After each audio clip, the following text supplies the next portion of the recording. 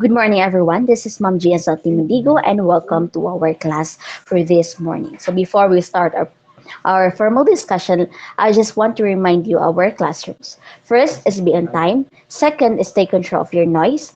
Mute your mic when you are not recognized. Third is when you want to speak or ask question, please click the raise hand button, or you can also comment in our chat box. Fourth is prepare yourself. Bring with you your notebook, ball pen, and calculator. You can also open your module for your references. So I hope you would participate for in our class this morning. So we will start our class with a prayer. Amen.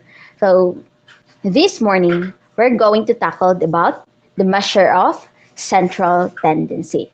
We have here our objectives. So at the end of the lesson, you must have solved for the measure of central tendency of an and group data. So before we proceed to our formal discussion, let's have first our short analyzation.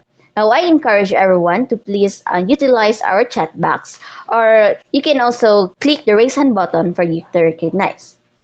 Now, the score in geometry quiz of 7 students are this following set of data.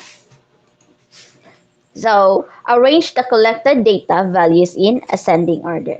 Now, please comment your answer. Okay, very good. So the ascending order of our data is this 1, 2, 2, 5, 5, 5, 6, and 8. Now here are the following questions. So what scores frequently appears? Very good, it is 5. Second question. What scores appears to be in the middle? Very good. Your answer is 5 and it is correct. Number 3. How many students fall below the middle score? Okay, you answer 3. Now, how did you get your answer? Well said. Thank you very much. The answer is 3 because our middle number is 5 and then the total number that is below the 5 is 3. Therefore, our answer is 3. So thank you everyone for your participation. I hope you would participate for the rest of our class. Now let's define what is a central tendency. May I ask you to please read this one?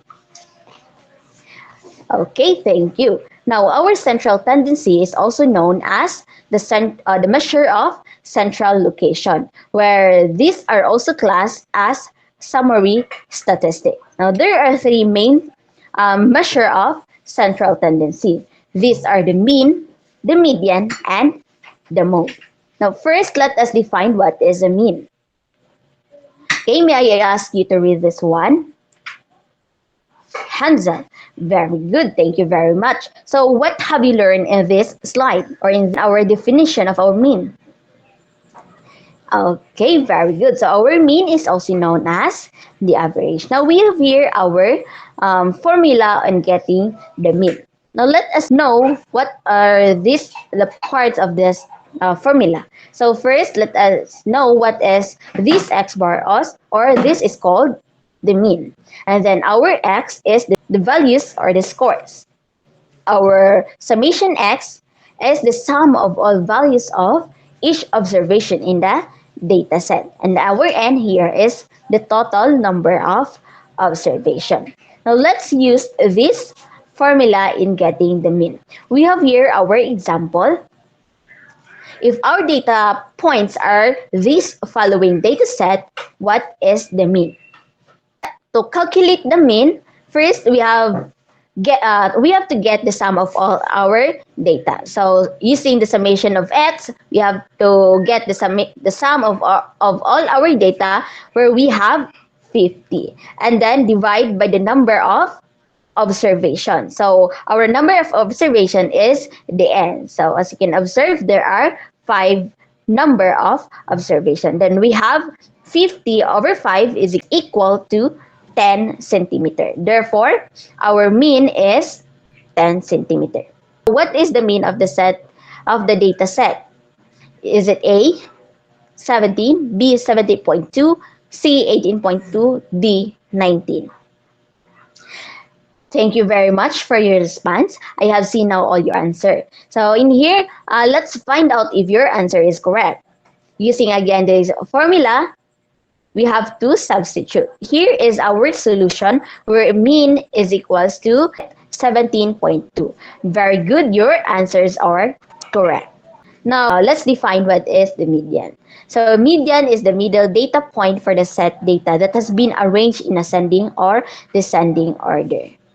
So, the odd number of observation, the median value is the middle or the middle value. So, we have here our example. If our data points are this following data set, what is the median? Okay, to go get the median, first is we have to arrange the number from the lowest to highest. And then pick the middle value. So as you can observe, the middle value is 10. Therefore, our median is 10 centimeter. Let's try another example. So now, may I ask everyone to please comment your answer. If your data points are this following data set, what is the median?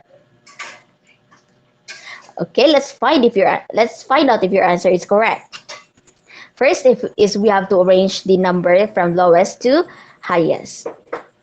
Now, what have you observed in this data set? Yes, very good. This is an odd number.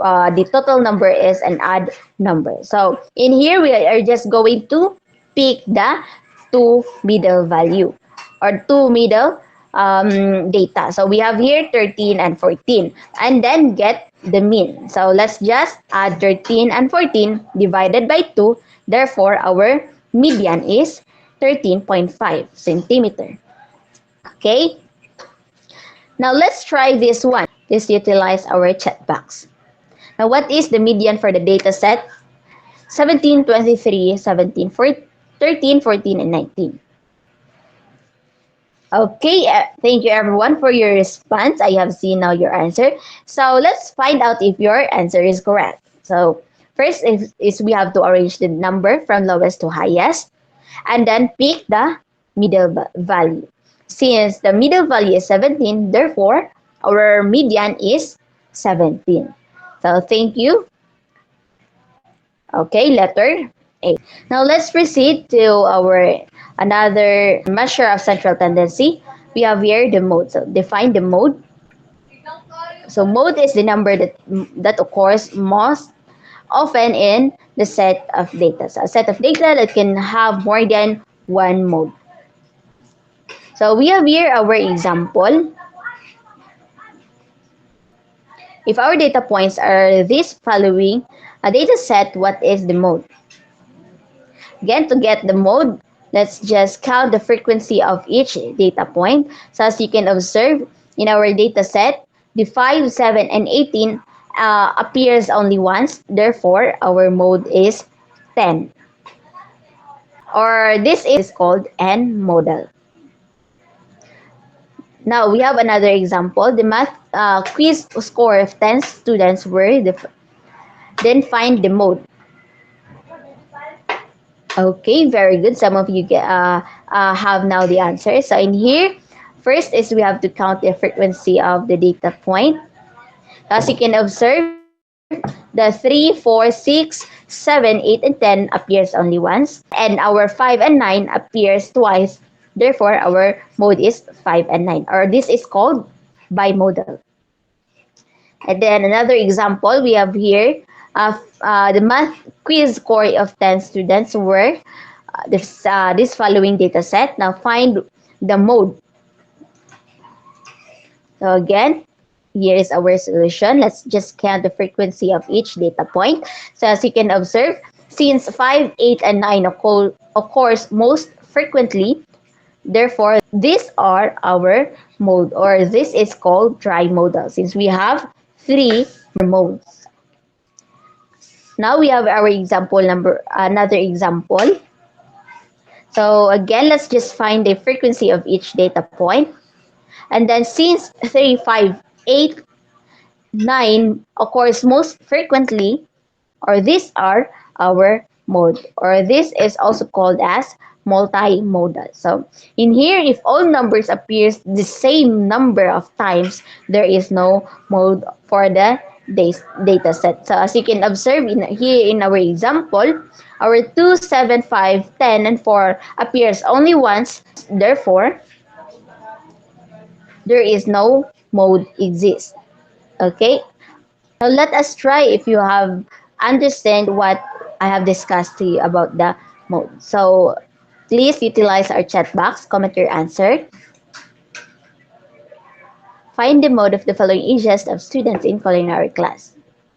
Okay, thank you very much for your response. So the answer is 24. Class, do you have any questions and clarifications? Okay, none, ma'am.